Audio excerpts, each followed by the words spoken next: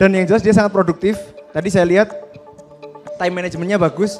Jadi sekali kerja dia langsung tiga kali periode. Jadi seperti itu juga kita memanage konten. Konten adalah kepanjangan daripada produksi dan marketing kita. Jadi seperti itu berhasil.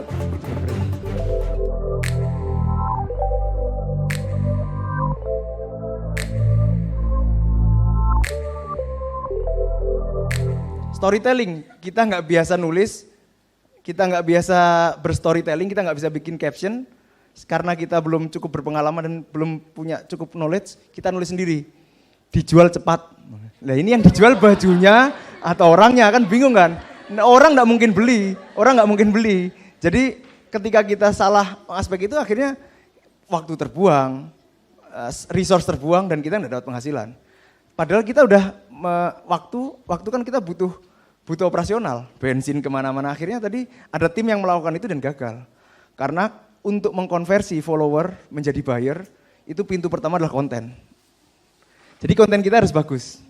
Terus di situ ada beberapa aspek tadi ya. Di good visual tadi ada fotografer, agensi sama foto sendiri ya. Jadi di good visual itu sebenarnya foto sendiri juga bisa. Kita melakukan itu di Geomi dulu.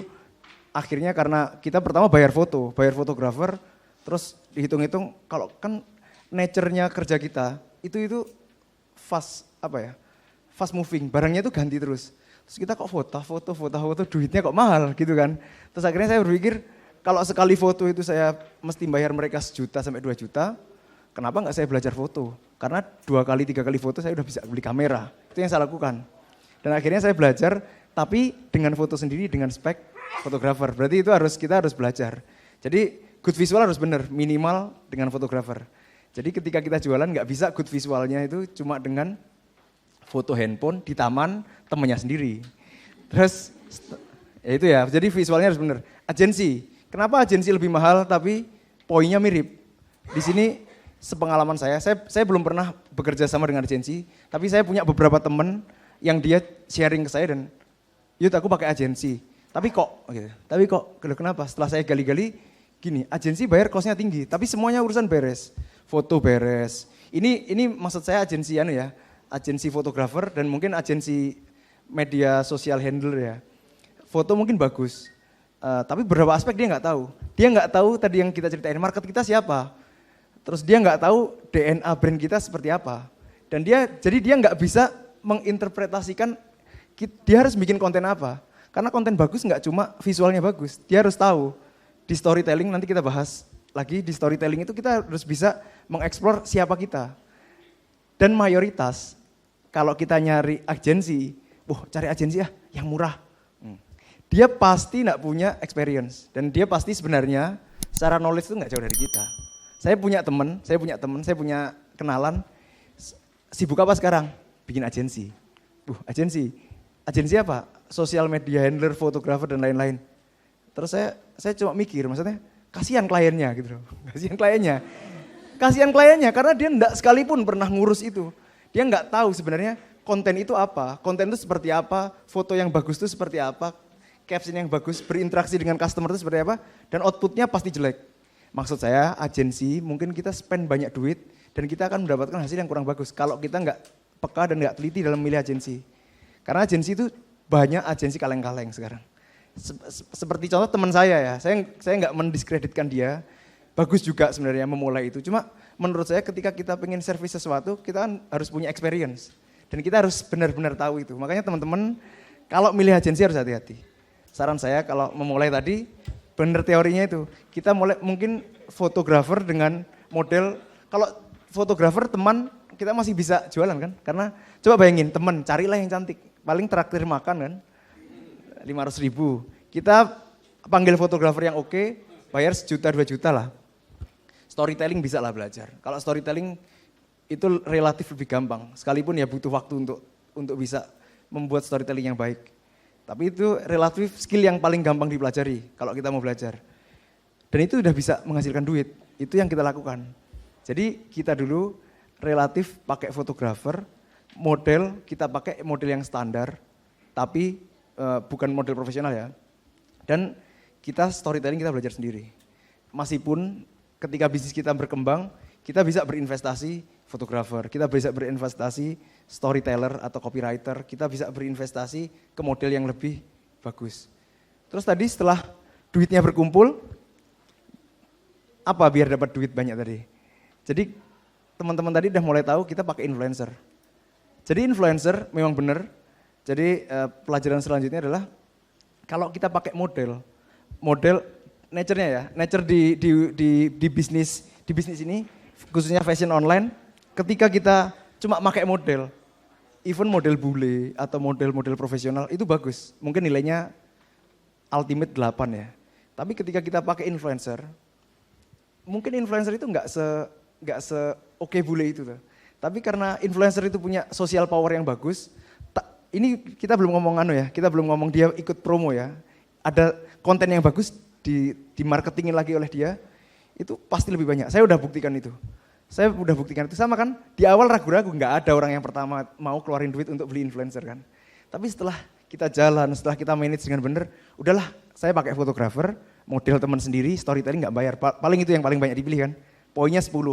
Ketika bisnis kita udah berjalan, kita bisa manage cash kita punya cash, kita bisa mainan sama influencer. Dan itu real. Dan ketika mau belanja influencer kan nervous kan, ini mahal sekali. Berapa ya influencer tadi harganya? Nah, 7 juta kan. Bener nggak 7 juta ya? Maksudnya, tapi buktinya dengan 7 juta, kemungkinan kita untuk closing lebih besar itu memang benar adanya. Pertama dari engagement itu akan ada like yang lebih banyak. Dan akan banyak orderan ini teman-teman ini pasti ngomong, banyak gak sih yang ngomong, saya pengen beli baju yang dipakai dia. Jadi banyak banget customer itu yang pengen beli itu, dia nggak ngomong produk sudah. Dia ngomong, saya pengen beli baju yang dipakai dia. Itu emang social powernya influencer itu seperti itu. Harus kita bayar tinggi. Jadi ketika kita mulai bisa berinvestasi di situ dengan konten yang kualitasnya lebih tinggi, dan itu menggulung terus, itu akan jadi kekuatan brand value kita akan meningkat. Jadi suatu saat kita tanpa influencer pun kita sudah cukup kuat gitu. Dan memang banyak kan orang yang nggak berani berinvestasi, itu aja, bahkan dia cuma milih influencer itu aja tuh. Sayang masa kita harus bayar 5 juta untuk itu, 10 juta untuk itu, dan dia nggak berani berinvestasi itu ya pasti stuck. Ketika kita nggak berani melangkah lebih tinggi, ya nggak dapat duit lebih tinggi kan? Nggak seperti itu. Jadi ini contoh konten. Konten adalah kepanjangan tangan dari marketing. Saya kemarin bahas tentang kolaborasi ya. Jadi kolaborasi itu sebenarnya kalau kita marketing tools kita udah bener, timelinenya bener, kan kita udah langsung bisa bikin konten. Oh saya akan berkolaborasi dengan Luna Maya pada bulan Januari. Kontenmu udah jelas, berarti real openingnya pas photoshoot kita udah bikin konten di tanggal 29 Desember. Tanggal 1 pre-launching Luna Mayanya ngomong akan dibuka order hijab ini karena saya sekarang berhijab. Karena Luna Maya berhijab, saya akan jualan hijab ini dengan diproduksi oleh brand ini. Gitu. Dibuka ordernya tanggal 3 ya. Jadi konten kita itu akan mengikuti. Dan ketika itu terjadi, memang bayarnya Luna Maya mahal. Tapi saya udah survei ke banyak teman-teman, banyak pemain yang sudah biasa dengan teori-teori itu. Ketika kita berani melakukan langkah itu, dan saya juga udah buktikan, itu memang terbayar. Jadi kalian bayar 7 juta cuma untuk foto. Belum kalian kalau berkolaborasi itu bayarnya bisa puluhan bahkan ratusan juta. Dan ketika kita belum pernah melakukan itu memang pasti jadi kayak apa ya? Kita nervous dan kita itu sangat berat melakukan. Tapi buktinya emang sudah real dan ada. Tadi kita dari awal berani belanja influencer, oh nggak cukup ya duitnya ya. Duitnya cukup, pinjem mestinya, pinjem temannya kan. Pinjem kita bisa belanja influencer, mungkin kita lebih cepat. Jadi kita nggak butuh waktu lebih panjang untuk mendapatkan cash yang lebih tinggi. Itu mungkin. Jadi figur itu seperti itu, pengaruhnya. Terus good visual seperti itu dan storytelling seperti itu. Ada yang perlu dibahas nggak sedikit? Sebelum kita detail masuk ke satu-satu. Costnya tertinggi ada di sablon. Kita akan putus dengan cara kita investasi meja sablon. Nggak apa-apa, tapi jangan investasi dulu baru jualan. Karena kita nggak tahu market dan kita nggak tahu nature jualannya, tapi kita udah berinvestasi dengan nilai yang tinggi. Itu yang pertama. Terus yang kedua, kenapa nggak ads? Kita batasi parameternya. Kita sebenarnya mau kasih